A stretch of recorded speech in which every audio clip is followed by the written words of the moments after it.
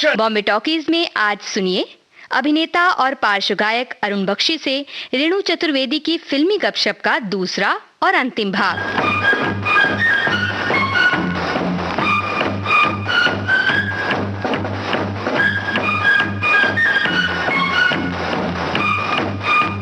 नमस्कार दोस्तों, बॉम्बे टॉकीज में आप सभी का स्वागत है।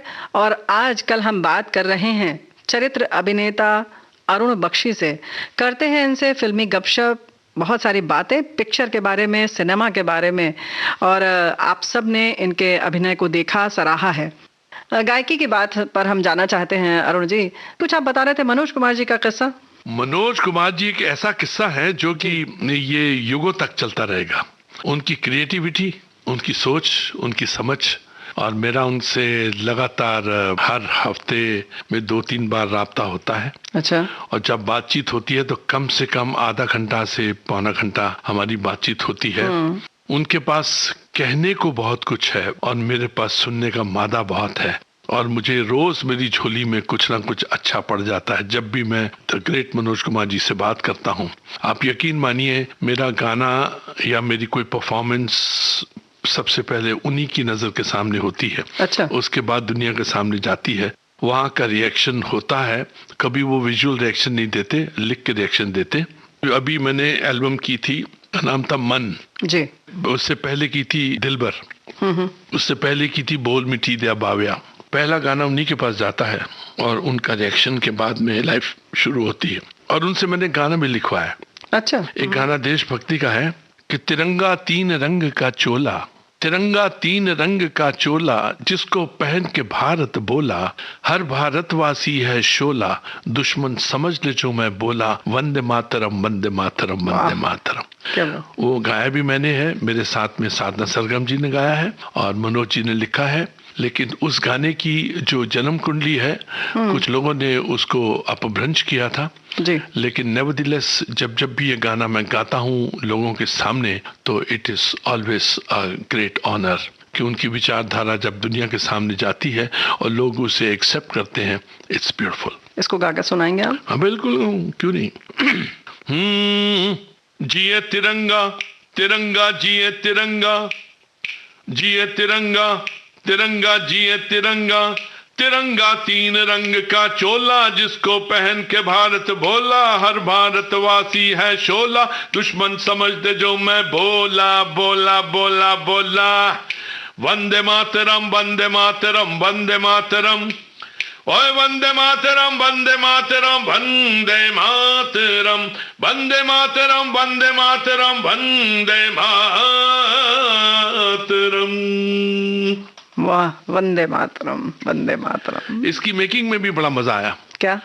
ये जो 4 लाइनें हैं, तिरंगा 3 रंग का चोला, जिसको पहन के भारत बोला, हर भारतवासी है शोला, दुश्मन समझ दे जो मैं बोला। It took 3 months। अच्छा। ये 4 छोटी सी लाइन, छोटी लाइनें नहीं है, तीर की तरह जी, एक चुभती हैं। हाँ। दुश्मनों को चुभती हैं, शोला शूल की तरह चुभती हैं। और उसमें हमारे बड़े प्यारे प्यारे क्रिएटिव झगड़े होते थे। जैसे? जब मिल गए सपोज उनके घर में, मैं पान छान लेके आया, शशि भाभी भी बीच में आ गई, उसके बाद काम शुरू होता था। बीच में कभी कभी इंसान सुर में नहीं होता है जी। तो पता लगा 15 दिन के बाद मिल रहे हैं, Manoj ji is little of colour. तो मैं बोलता था, सर आप ना You are not behaving like Manoj Kumar ji. You are behaving like Mohan Lal, Sohan Lal, Ram Lubaya. अच्छा, मैं यू टेक रेस्ट फॉर 1 हफ्ता रेस्ट कर लीजिए सर। यार तेरे से झगड़ा करके बड़ा मजा आता है यार। ये झगड़ा हम रोटी कपड़ा मकान के वक्त में करते थे, शोर के वक्त में करते थे। वो जमाना होता था जी, एक एक शब्द के लिए झगड़ा होता था। अच्छा। एक एक सीन के लिए झगड़ा होता था। अगर इख्तलाफ होता था तो लोग आपस में हफ्तों नहीं बात करते थे कि मेरा पॉइंट ऑफ व्यू तुम समझे नहीं हो, तुम्हारा पॉइंट ऑफ व्यू मैं समझ गया हूँ। तो वो जो झगड़ा है, क्रिएटिव झगड़ा है जी। लेकिन आज के लोगों में पेशेंस नहीं है। आपने देखा होगा, इतने सीरियल होने के बावजूद कोई भी को मुगले आजम को टच नहीं कर पाया, कोई क्लासिक चीज को नहीं बना पाया, क्योंकि वहां पे ईगो आती है। जब ईगो आती है तो फिर आपका वो जो झगड़े वाला क्रिएटिविटी नहीं रहती है। और लड़ाई केवल सिद्धांतों तक सीमित नहीं रहती। हाँ जी, वो उसूल के गुलाम है, वो जो उसूल के गुलाम है, सिद्धांतों के गुलाम है, वो उसी वो है, हाँ जी, उसी सीमित वो जो रेड लाइन है उसको क्रॉस नहीं करते। क्रिएटिव तो जहाँ बॉक्स बात करें जी, जहाँ रवि वहाँ कभी पहुंच जाए, तो वो झगड़े आज की डेट में बहुत इंपॉर्टेंट है। तो रोटी कपड़ा और मकान में किस तरीके के झगड़े होते थे? नहीं, वो उनके क्रिएटिव झगड़े होते थे। बिकॉज जब कोई क्लासिक बनाता है तो फिर आप समझ सकते हो कि उनके लेवल के लोग जो थे, म्यूजिक डायरेक्टर हो गए, लिखने वाले हो गए, या शोर ले लीजिए, वो अपने किस्से बहुत सुनाते थे। और किस्से को सुन के ही ऐसा लगता था कि मैं अपनी वो गलती क्यों ना सुधारूं, ये इतने महान लोग हैं। तो बात को हम आगे जारी रखेंगे, आइए सुनते हैं पहले ये गीत।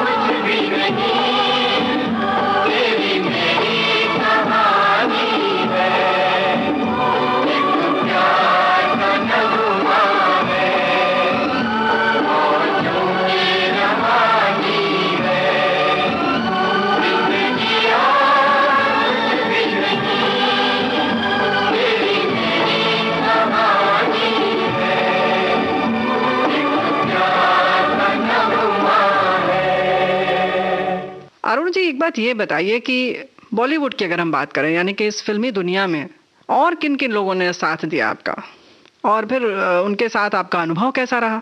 मेरा साथ रहा है दिलीप साहब के साथ भी। दिलीप साहब के साथ मैंने 2 फिल्में की हैं। एक का नाम है मजदूर और एक का नाम था, जो कभी रिलीज नहीं हुई, आग का दरिया। अच्छा। हमारी जो गिव एंड टेक अच्छा होना शुरू हुआ तब हुआ जब हम ऊटी में शूटिंग कर रहे थे। जी। ऊटी में मुझे उस वक्त जीप चलानी नहीं आती, गाड़ी चलानी नहीं आती थी। अच्छा। तो मुझे डायरेक्टर ने बोला कि आप गाड़ी चलाएंगे और ऐसे ऐसे करके दिलीप साहब बैठेंगे साथ में, पद्मिनी कोल्हापुर है। तो मैंने कहा सर मुझे गाड़ी चलानी नहीं आती। तो बोले कोई बात नहीं, मैं चलाता हूँ। तो शॉट में कुछ देर थी तो वहाँ पे दिलीप साहब बैठे हुए अचानक बोलते हैं, यार मैं गाना गा के आया हूँ but I am not very happy. उन्होंने कर्मा में गाया था एक रैप सा गाया था उन्होंने, बहुत कठिन है प्रश्न ये भैया, ऐसा करके था। आए बारंबार गद्दे पद्दे था। तो वो बोले मैं कुछ हैप्पी न्यू जाके मैं करूंगा। मैंने भी हल्का सा, मैंने कहा डरते डरते, मैं कहा सर कर्मा में मैंने भी 4 लाइन गाई है सर। काका तू कड़ियां लाइन गाई है? मैं कहा सर वो जात न पूछे पात न पूछे न पूछेगा तेरा। ओ यार ओदियां ते ओदा ते स्केल ही बड़ा ऊंचा है। तेरा स्केल ऊंचा है? मैं कहा हाँ सर मेरा स्केल ऊंचा है। फिर उन्होंने उस दिन के बाद में दिलीप साहब ने हमको मतलब खाने के वक्त बोले ओ मुंडे नु बुलाओ, ओ बुलाओ नु, आजा काका बैठ खाना खा मेरा। फिर वो हम मुझे टिप्स दिया करते थे एक्टिंग के। अच्छा। हाँ जी, ये मेन बात है। फिर शूटिंग में भी टिप्स दिया करते थे हमको, 3-4 दोस्तों को बुला के जब लाइटिंग होती थी। और उनके टिप्स आज की डेट में भी वो टिप्स जो है ना इतने कारगर हैं। उन्होंने हमको कहा था कि शहर में ऐसी जगह पे मत खड़ा होना जहां पर सबकी आंखें आपको देख सके। 1 मतलब उस जमाने में बांद्रा में एक पैम्पोश नाम की जगह होती थी नेशनल कॉलेज के सामने। बोले वहां नहीं खड़ा होना क्योंकि सब वहां पे स्ट्रगलर खड़े होते हैं। अच्छा। अपनी एक्सक्लूसिविटी को संभाल के रखिए। अच्छा। तो एक्सक्लूसिविटी का मतलब है एक चेहरा है आपका, उसको आप बारंबार हर जगह मत दिखाइए। कॉमन नहीं होना चाहिए। कॉमन नहीं होना चाहिए। और वो यू शुड बी अनकॉमन और अपना कॉमन सेंस का ख्याल रखिए। अच्छा। Because common sense is most uncommon in common person. वो आज भी मैं सोचता हूँ कि वो तबर्रुक था, एक आशीर्वाद था हम पे। जी। और एक्टिंग के बारे में बोले कि उनका देखिए अंदाज क्या का वर्ड इस्तेमाल करते थे। वो कहते थे कि वो तुसी ना हुन ਤੁਹਾਨੂੰ डायलॉग याद होने शुरू हो गए ने, हुन तुसी ना नक्काशियां करनी शुरू कर दो। अच्छा। कितना खूबसूरत वर्ड है नक्काशियां। अगर नक्काशियों का आज वर्ड देखें उसका मतलब है डिटेल वर्क। आप अपनी एक्टिंग में डिटेल वर्क करना शुरू कीजिए। ये आपकी टॉकीज के लिए ऐसी चीजें हैं जिसके अगर आप इसके काट के अगर इसका ट्रेलर भी बनाए तो आती हुई जनरेशन्स को बहुत फायदा होगा। बिल्कुल। नक्काशियां करना, आप कैसे नक्काशी करते हो, आपके पास पर्यायवाची शब्द होने चाहिए, एक शब्द के 10 वर्ड्स होने चाहिए। इम्प्रोवाइज करते करते आप कभी इधर उधर तो कहीं भी अच्छे शब्द का इस्तेमाल करो। और शब्द में अगर दम होता है तो वो शब्द बन जाता है। क्या बात। जैसे गुरु नानक जी के शब्द बने हुए। क्या बात है। तो वो शब्द की हैसियत पे आना, उस रुतबे पे आना, उसके लिए इम्प्रोवाइजेशन, पढ़ाई लिखाई, अध्यात्म बहुत लाजिम है। आज भी उन्हीं की चीजों पे चल रहे हैं। क्या बात है। उन्हीं की चीजों पे चल रहे हैं। यानी कि अगर हम एक बार फिर से आपकी बात को दोहराएं तो एक्टिंग में नक्काशी, डायलॉग याद हो या ना हो, नक्काशी जरूर कर लो। जी। ठीक है। नक्काशी मतलब डिटेल। आपको डायलॉग याद हो गए, आपने डायलॉग बोल, लेकिन उसमें यह कि आपकी आंख किधर होगी जी, वो अलाइनमेंट में होनी चाहिए, आपका हाथ कहाँ होगा। अब वो स्टैनिस्लावस्की की कुछ जो किताबें हैं वो कि magic, if you are playing this character, if you are playing this character, क्या है। तो उसमें नक्काशियां बहुत इम्पोर्टेंट है। आपकी मूवमेंट क्या है, वाओ।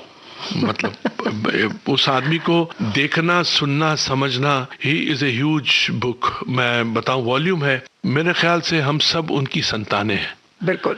उनका सबसे बड़ा बेटा अमिताभ बच्चन है। क्या बात है। वो अपने आप में एक संस्थान ऐसी शख्सियत। जब लोग ओवर एक्टिंग और वैसी एक्टिंग करते थे, वो आदमी अंडर प्ले करता था। चाहे वो देवदास है, चाहे वो जमाने की मुसाफिर है, चाहे कोई भी फिल्म उठा लीजिए 50s की, he was playing underplay जी। पूरी संतानों ने, पूरी जनरेशन ने उनसे इंस्पायर हुए हैं। मैं नहीं बोलूंगा नकल करने की कोशिश की, बट इंस्पायर हुए हैं। बिल्कुल। जब भी कोई सीन ऐसा हो जिसमें आप नहीं कर पा रहे हैं जी, मेरे ख्याल से आप दिलीप साहब को याद कीजिए, चुटकियों में वो सीन हो जाएगा। वाह। उसकी सुर, ताल सब क्लासिक हो जाएगी। Everything will be wonderful. Really I am. वाह, बहुत अच्छी बात। बॉम्बे टॉकीज में आज के मेहमान हैं अरुण बख्शी। आप सब इनके अभिनय से मुतासिर हैं, तो इनसे हम बातचीत जारी रखते हैं इस गीत के बाद भी।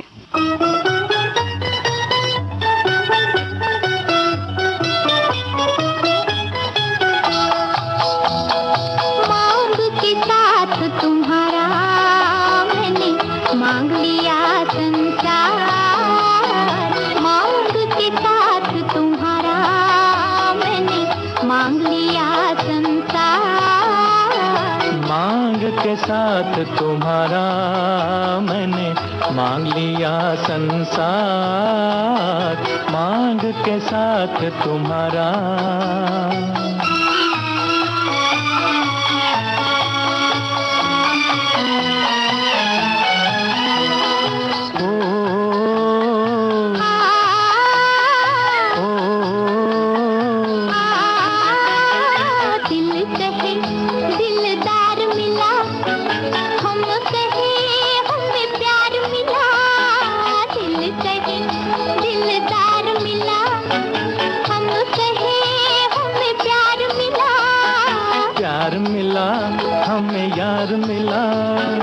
एक नया संसार मिला, प्यार मिला, हमें यार मिला, एक नया संसार मिला।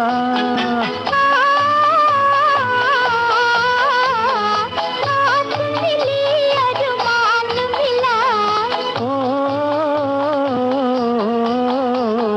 जीने का सामान मिला, मिल गया एक सहारा, मांग के साथ तुम्हारा मैंने मांग लिया संसार, मांग के साथ तुम्हारा।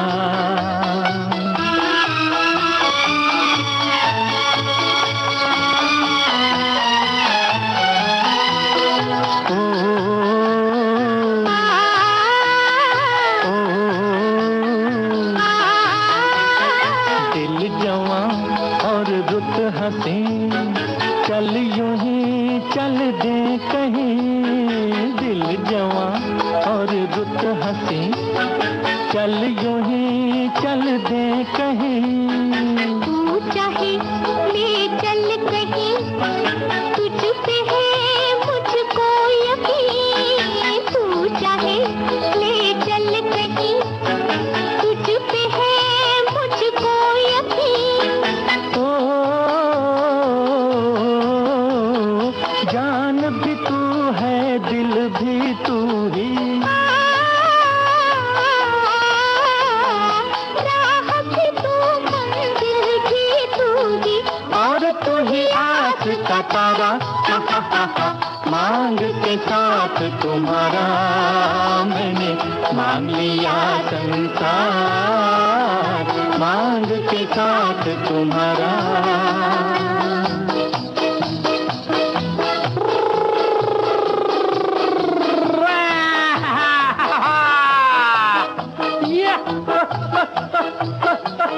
हमने सुना ये गीत और हम बातचीत कर रहे हैं अरुण बख्शी के साथ। तो आइए बात को जारी रखते हैं। तो अब हमें ये बताइए, आप ऐसे ही और किसी किससे और प्रेरित हुए या क्या सीखा आपने? मैं प्रेरित बहुत लोगों से हुआ। मैं बच्चन साहब से बड़ा प्रेरित हुआ, दिलीप साहब से बड़े प्रेरित हुए। अगर दिलीप साहब उर्दू में महारत थे तो उनकी तो हिंदी में, उर्दू में, पश्तो, फारसी में, सब में थी। तो बच्चन साहब ने भी एक मोहल्ला अपना कायम किया जिसमें वो अपनी हिंदी के ऊपर काम किया उन्होंने। हालांकि उनकी उर्दू, उनके तलफ़्फ़ुज़ बहुत अच्छे हैं और उन्होंने वैसे ही उनको अच्छी तरह से फॉलो किया। तो हमने उनको देखा है। अभी भी बच्चन साहब के अंदर एक बड़ी कमाल चीज़ है।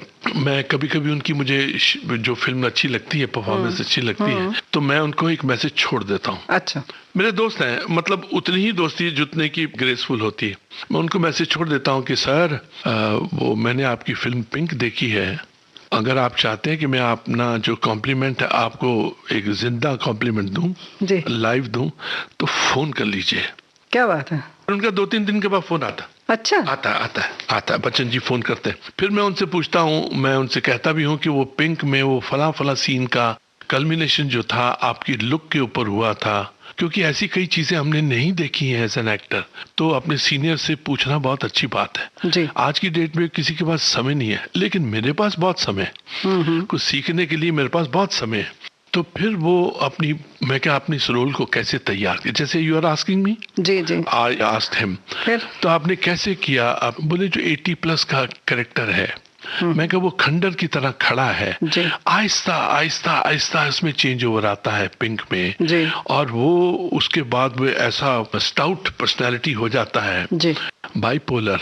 बोले ही इज बेसिकली बाइपोलर और इस तरह से है। मैंने इसको ऐसे तैयार किया, वैसे तैयार। It took around about 20 minutes Bachchan ji, इससे पहले हमारी बातचीत हुई थी निशब्द के वक्त कि सर ऐसा ऐसा कॉम्प्लीमेंट, बड़ा गिव एंड टेक इस दुनिया में अच्छे लोगों के साथ रहा है। क्या बात है। फिर एक थे ऋषि कपूर जी। ऋषि कपूर जी, he was a great man, bubbling with joy, energy. He was full of energy. Ji. And वो उनकी आंखें ना बिल्कुल टॉर्पीडो की तरह होती थी, सॉलिड टॉर्पीडो की तरह ऐसे लगती थी। एक फिल्म थी जिसमें मेरा छोटा सा रोल था, B.R. चोपड़ा जी की थी, तवाइफ जी। उसमें मैं गले पे चक्कू रख के मैं उनको एक धमकी देता हूँ, साथ में गाली देता हूँ। He was watching. उसके बाद उन्होंने मुझे बाद में बोला कि हमारी फिल्म बन रही है हिना, आप मेरे साथ चलो। मुझे हिना में लेके गए। अच्छा। हिना में रोल दिलवाया उन्होंने मुझे। और मुझे वो चाहते थे कि मैं बिगिनिंग में 4 लाइनें भी गाऊं हिना में। उसके लिए रिकॉर्डिंग पे भी लेके गए, मैंने 4 लाइनें गाई भी।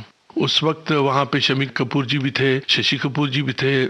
हिना वाज एक्सपीरियंस, मतलब सवेरे 9:30 से लेके शाम 6 बजे तक उनकी आंखें मतलब देखते रहते थे कि इन्वॉल्वमेंट कहीं कम तो नहीं हुई का, और हम भी देखते रहते थे कि हम आपके यहाँ अंडर से सीन लेके जाएंगे। एक ऐसा होता था बंधन, एक मतलब बंधन के साथ में एक अजीब सा खींचतान होता था कि no this is my shot, I have to do it very nicely. जी, कशिश कह सकते हैं उसको, एक खिंचाव। जी खिंचाव था कि ये मुझे लेके जाना है। और वो उनको स्पिरिट बहुत अच्छी लगती थी उनको। अच्छा। कि ये बंदे ये काम कर रहे हैं। कभी डायलॉग अगर मुझे अच्छा नहीं लगा, मुझे ऐड करना है, तो I used to go to my director. वो ही यूज्ड टू ऑब्जर्व, बोलता था सर वो शफी नामदार हम सबको डांट के गए हैं। तो मैं उनसे कहता था सर ये हुजूर बड़ा बेसुरा बोल के गए, can I add this line. ऊपर से डब्बू जी बोलते थे, रणधीर कपूर, करो करो करो करो, और वो देखते थे उधर से, अच्छा ये ऐड कर रहा है ये। तो आप समझिए कि उनका इन्वॉल्वमेंट लेवल बड़ा कमाल होता था। ऋषि कपूर जी का बड़ा कमाल का होता था। आई एम प्राउड कि मैंने इन लोगों के साथ मेरी दोस्ती भी रही है। फिर बोल रहा था बोल जी, और भी कई फिल्में थी जिनके साथ हमने काम किया उनका। It was fun, very great. बहुत जिंदा दिल इंसान ऋषि कपूर साहब, वंडरफुल। जिंदा दिल मतलब वो अपने शेल में रहते थे, वहाँ फ्रेंडशिप नहीं होती थी जी, वहाँ पे मेंबरशिप होती थी। That was the beauty of these people. लेकिन आजकल तो इनफैक्ट आज की डेट में तो कुछ ऐसा हो गया है कि everything has gone politics. आजकल तो फिजा बदल गई है, टोटल फिजा बदल गई है। फिजा तो बदल गई है। लेकिन अगर हम फाइट सीन की बात करें तो किसके साथ सबसे ज्यादा मजा? फाइट सीन धर्म जी के साथ भी। धर्म जी देखिए, धर्म जी is another gem. He is a sweetheart. Ji. And I think as a human being he is a wonderful man. उनके साथ हमने फाइट भी की। द फिल्म वाज माफिया, उसमें एक गाना भी मैंने गाया उषा उत्तुप के साथ में। एंड उन्होंने हमारी एल्बम का उन्होंने कमेंट्री भी की बिगिनिंग की। It was a great fun, wonderful. मैं क्या बोलूं, मेरी लाइफ जो है ना सुथरी प्यारी है, इसलिए बड़े अच्छे लोगों के साथ में मैंने उनसे कभी तवक्को नहीं रखी। मैं उनसे मुझे ये एंगल है कुछ नहीं एंगल, लेकिन ये था कि नहीं एक अच्छा काम करेंगे, शाम को छोली में कुछ ना कुछ अच्छा गिरेगा। Life is beautiful, any time life is beautiful. आपकी बातें जो है बड़ी सूफियाना जैसी हैं। हाँ है जी। आप सिर्फ वंडरफुल वंडरफुल कह रहे हैं। ऐसा होता नहीं है, जिंदगी में कुछ खराब भी मिलता चलिए, लेकिन हम उसका जिक्र नहीं करते हैं। हिना फिल्म एक यादगार फिल्म, जी हाँ, और उसमें आपकी भूमिका भी लोगों ने बहुत अच्छी तरह से याद रखी होगी जरूर। तो क्यों ना हिना फिल्म का यहाँ एक गीत सुन ले।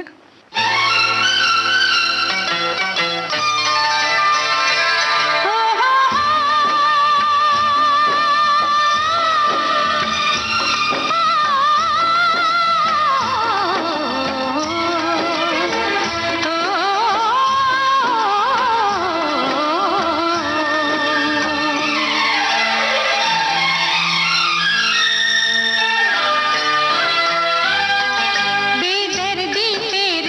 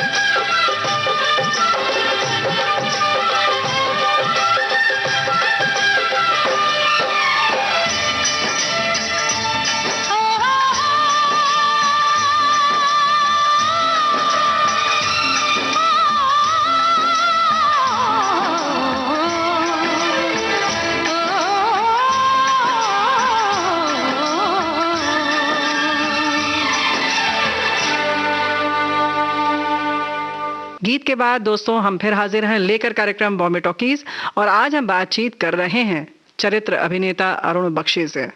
चलिए गायकी की दुनिया में चलते हैं। आपकी कैसे शुरुआत हुई? मेरी माँ अच्छा गाया करती थी, लेकिन मेरी माँ ने कभी मुझे पूजा और जागरण की तरफ नहीं जाने दिया। अच्छा। मुझे डिसिप्लिन करके रखा, नहीं जब अगर आएगा तो ऊंचा गाएंगे। तो वो जो आता रहा, she was guiding star to me. आज मैं जो भी हूँ, credit goes to my mother. Film line में कैसे आए, गाने के क्षेत्र में कैसे पता चला किसी को कि आप गाते हैं? आप सोच समझ के जो आते हो तो यहाँ पे वो होता नहीं है। यहाँ पे लोग सिंगर बनने आते हैं, एक्टर हो जाते हैं, एक्टर बनने आते हैं, कुछ और एडिटर हो जाते हैं, होते हैं। मैं खुशकिस्मत हूँ, जो मेरा शौक था वही मेरा प्रोफेशन बना।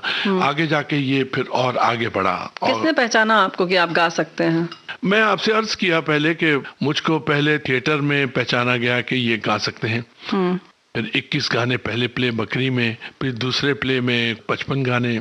उसके बाद फिर एक था करमचंद, एक जमाने में था एक सीरियल, उसका करमचंद मैंने गाया था। अच्छा। हाँ जी। वो आनंद मिलन की शुरुआत थी, हमको नहीं पता था कि इनके साथ हमारा भाग्य जुड़ा हुआ है। फिर थ्रू आउट उनके साथ उन्होंने they have taken care of me. उसमें अगर मैं समीर अंजान का नाम ना लूं तो कैसा रहेगा। उन्होंने बहुत सारे गाने लिखे, तुन्ना तुन्ना तक तक तुन्ना, ये समीर जी का लिखा हुआ है। झूले झूले लाल द मस्त कलंदर। फिर पपीदा जी के साथ में जो गाने गाए हैं, बहुत मजा आया। Papeeda is another sweetheart. उनका गाना था ये दुनिया क्या चाहे money money for Sanjay Dutt. जी जी। हाय हाय, उसकी खूबसूरती कुछ और। आप लक्ष्मीकांत जी के बारे में बता रहे थे। लक्ष्मी जी जो आपने गाना उन्होंने सुना पहले आपका? हाँ जी, हाँ जी, वही था, कर्मा की 4 लाइन ले गए। और फिर throughout the life he was very nice to be. आप कुछ गा रहे थे शायद, उन्होंने सुना फिर कहा तुम गा सकते हो। मैं एक गाना कभी कभी गाता हूँ तो मुझे ऐसा लगता है मेरा समय अच्छा आ गया।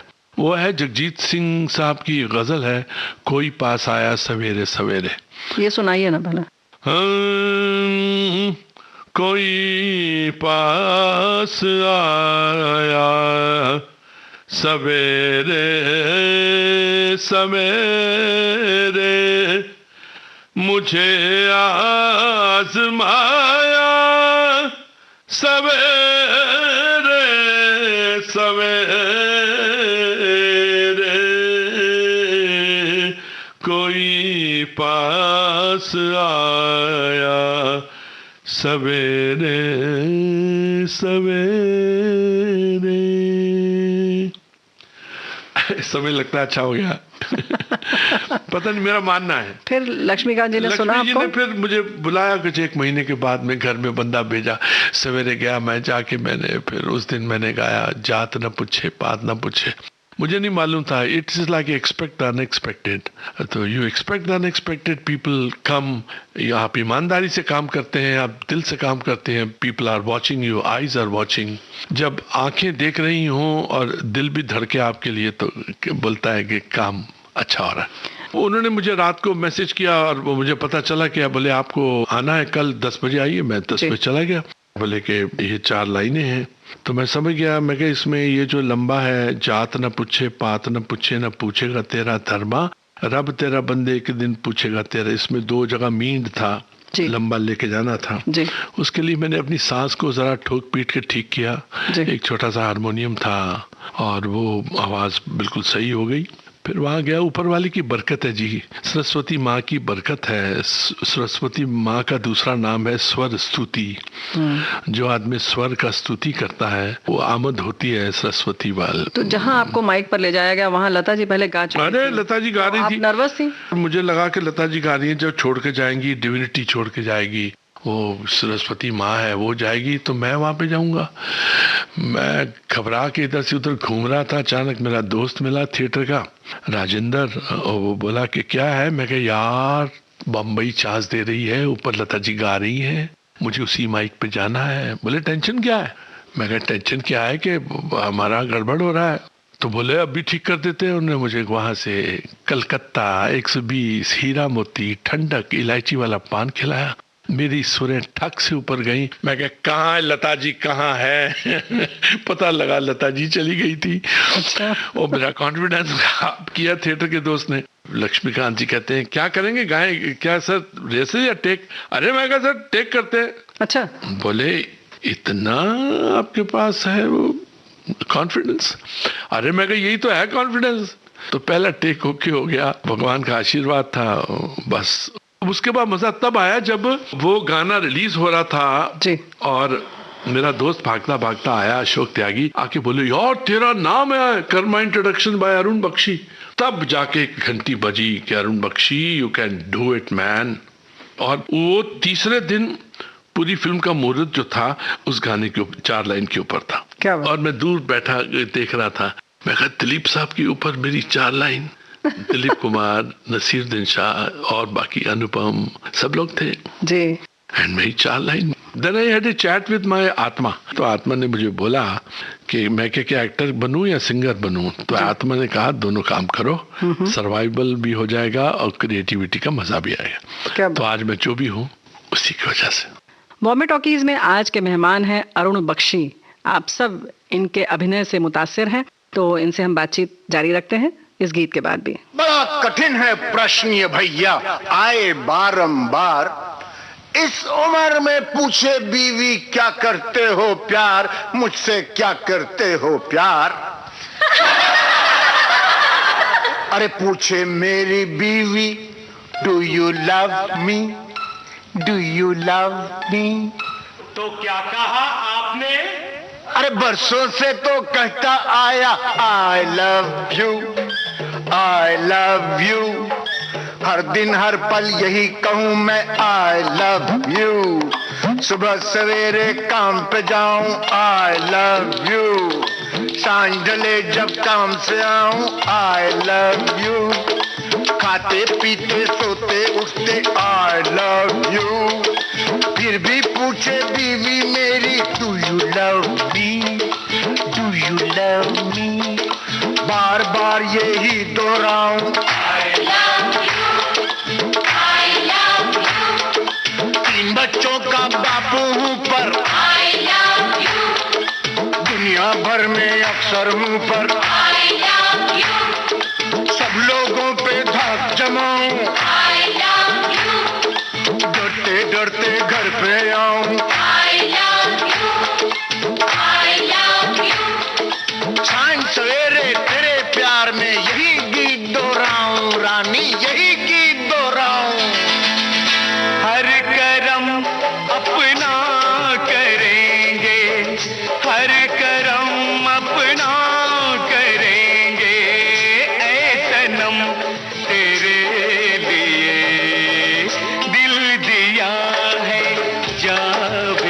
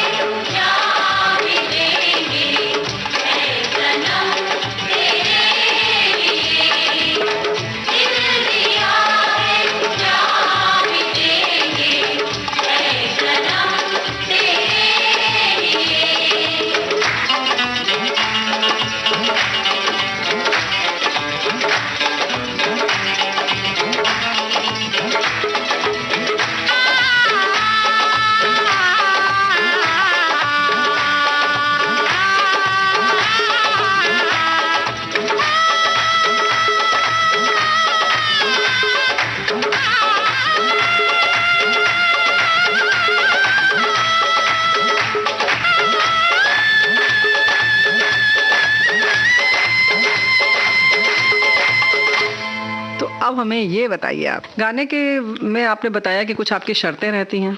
हाँ जी, वो क्या है कि आजकल शर्तें ऐसी हैं कि पहले बोलते थे प्रोड्यूसर डायरेक्टर के आप गाना गाइए, अच्छा, बोले ठीक है गाना गाते। आजकल ये है कि गाना बना दो। अभी एक फिल्म है जिसका नाम है न्याय द जस्टिस जी वो है सुशांत सिंह राजपूत प्रेरित फिल्म है जी। अशोक सरोगी साहब is the man behind the show. तो मैंने उनको सजेस्ट किया, बोले कि ये करो आप। तो वो उसमें है न्याय चाहिए न्याय चाहिए न्याय चाहिए, कलयुग है भाई कलयुग है। उसको लिखा भी मैंने उसको कंपोज भी किया, गाया भी जी। और आप यकीन मानिए उसमें मेरा साथी है जो मेरा अरेंजर है दिनेश रहाते है, और वो इनका स्टूडेंट रहा है A.R. रहमान जी का।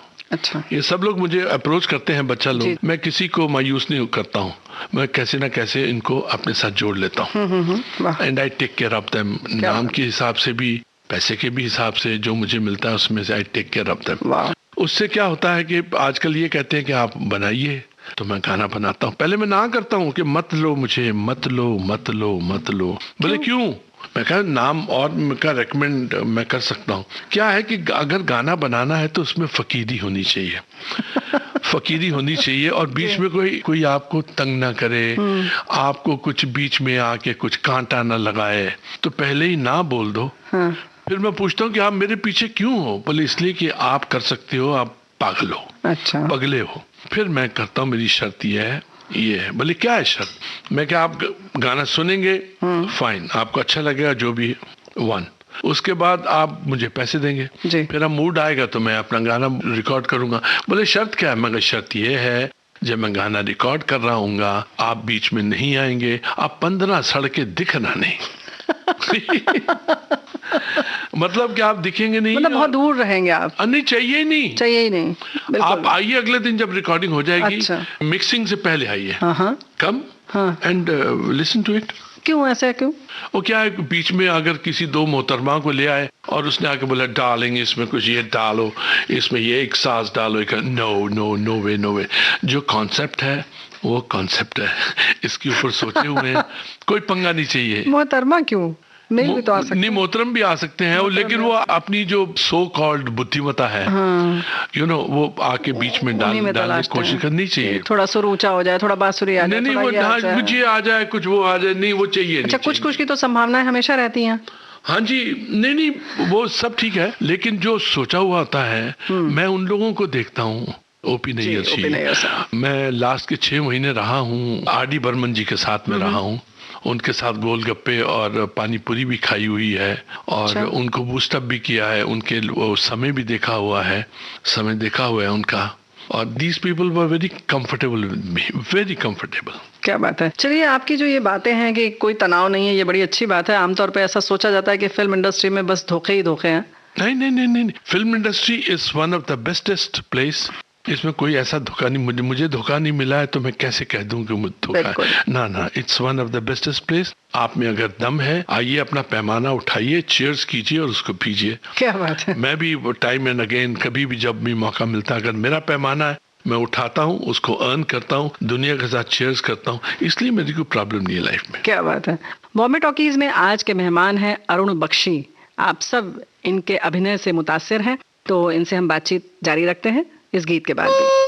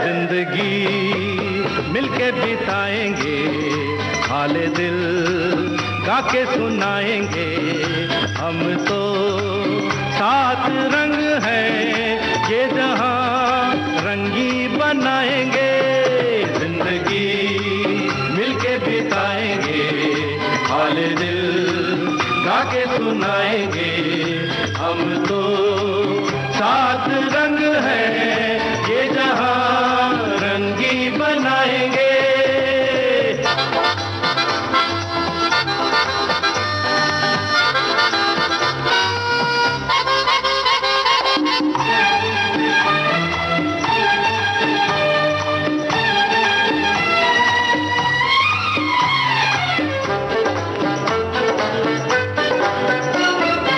सरगम हमसे बने, नगमे हमसे जवां, झूमे आसमां, हम ही तो दुनिया के साथ अजूबे हैं, हमसे है जहां। सरगम हमसे बने, नगमे हमसे जवां, झूमे आसमां, अरे हम ही तो दुनिया के साथ अजूबे हैं, हमसे है जहां। दुआ दुआ दुआ दुआ दुआ दुआ, जिंदगी मिलके बिताएंगे, हाले दिल गा के सुनाएंगे, हम तो सात रंग है, ये जहां रंगी बनाएंगे।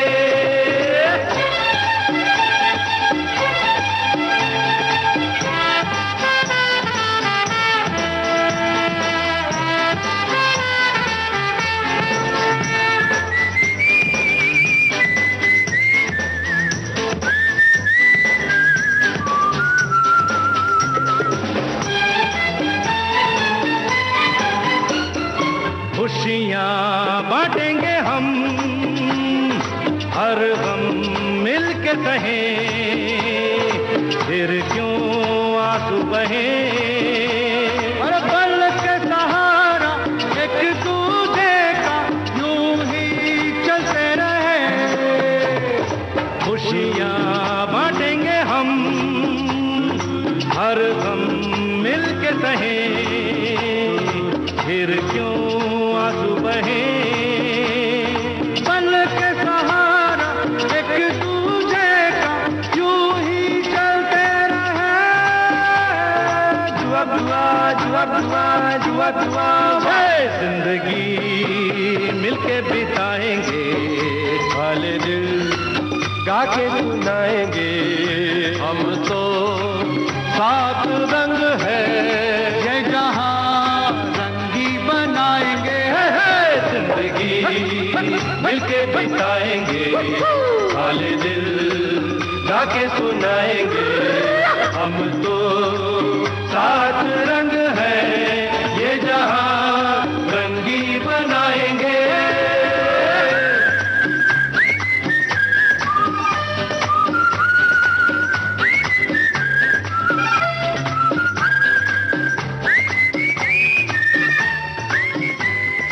गीत के बाद दोस्तों हम फिर हाजिर हैं लेकर कार्यक्रम बॉम्बे टॉकीज, और आज हम बातचीत कर रहे हैं चरित्र अभिनेता अरुण बख्शी से।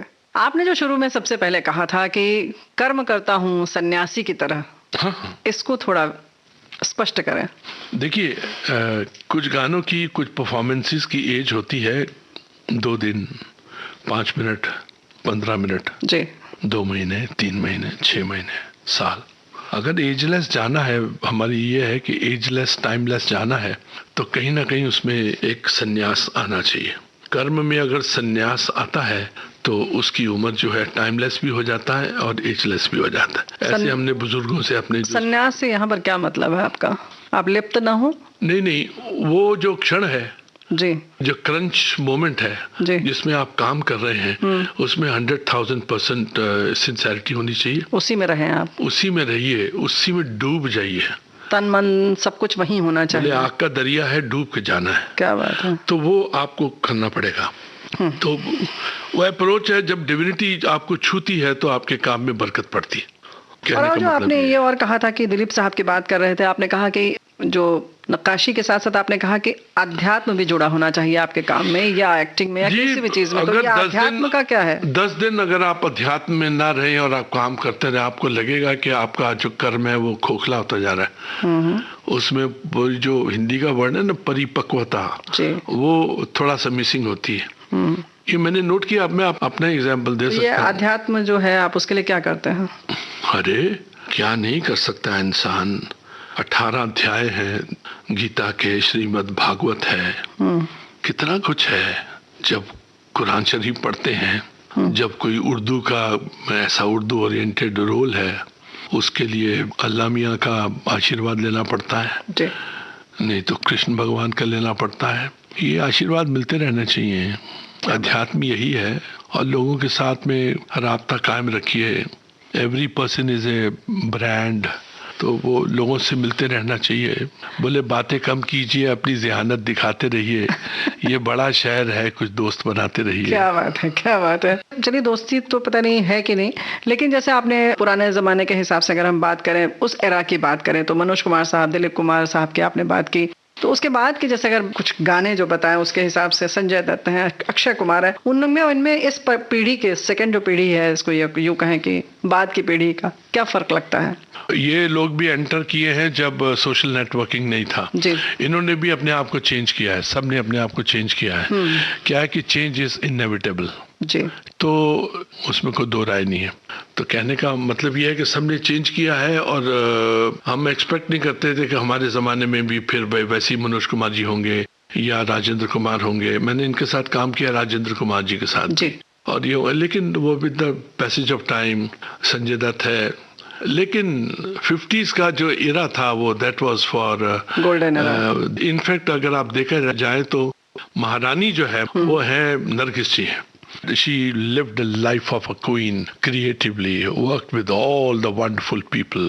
बाकी वो टाइम चेंज होता रहा। अभी सोशल नेटवर्किंग का है, आजकल जिंदगियां सबकी छोटी छोटी हैं। फिर OTT प्लेटफॉर्म है कम, उसमें सबको डेमोक्रेटिकली लिया गया है कि ये है, आप बड़े हैं, तोप हैं, होंगे, लेकिन आपकी परफॉर्मेंस क्या है, मेकिंग क्या है। तो आजकल वो है। चलिए, बातें तो बहुत सारी हैं दिल कर रहा करने का, लेकिन हम सोचते हैं कि यहाँ पर विराम देते हैं और फिर कभी मौका लगा तो फिर एक लंबी बातचीत करेंगे।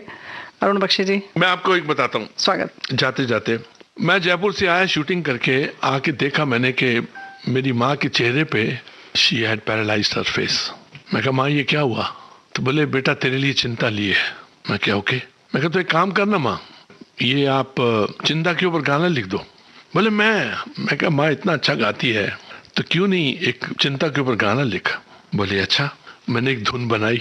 माँ ने एक मुखड़ा लिखा, एक हटदी ते एक लग जांदी कदे कोई चिंता कदे कोई चिंता। एक हटदी ते एक लग जांदी कदे कोई चिंता कदे कोई चिंता। जिंदा रखदी ना मार मुकांदी कदे कोई चिंता कदे कोई चिंता। चिंता चिता समान सोहणिया चिंता चिता समान। मुश्किल अंदर मुश्किल पै गई दुखा तंबू ताने। मुश्किल अंदर मुश्किल पै गई दुखा तंबू ताने। दम मारण दी जाना काई ते तेरियां तूयो जाने। एक हटदी ते एक लग जांदी कदे कोई चिंता कदे कोई चिंता। मैंने एक धुन बनाई, माँ को दी, माँ ने मुखड़ा लिख दिया और मैं आपको गुनगुना कर सुना रहा हूँ। एक हटदी ते एक लग जांदी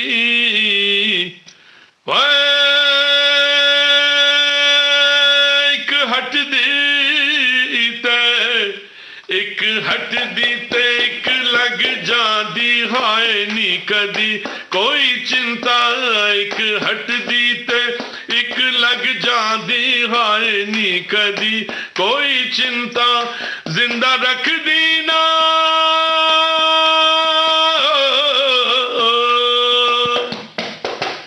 जिंदा रख दी ना मार मुकांदी हाय नी कदी कोई चिंता। एक हटदी ते एक लग जांदी हाय नी कदी कोई चिंता। चिंता चिता समान सोहणिया चिंता चिता समान। चिंता चिता समान सोहणिया चिंता चिता समान। एक हटदी ते एक लग जांदी हाय नी कदी कोई चिंता। क्या बात है, बहुत बढ़िया। फिल्मी गपशप में यानी कि बॉम्बे टॉकीज में हम बात कर रहे थे अरुण बख्शी से।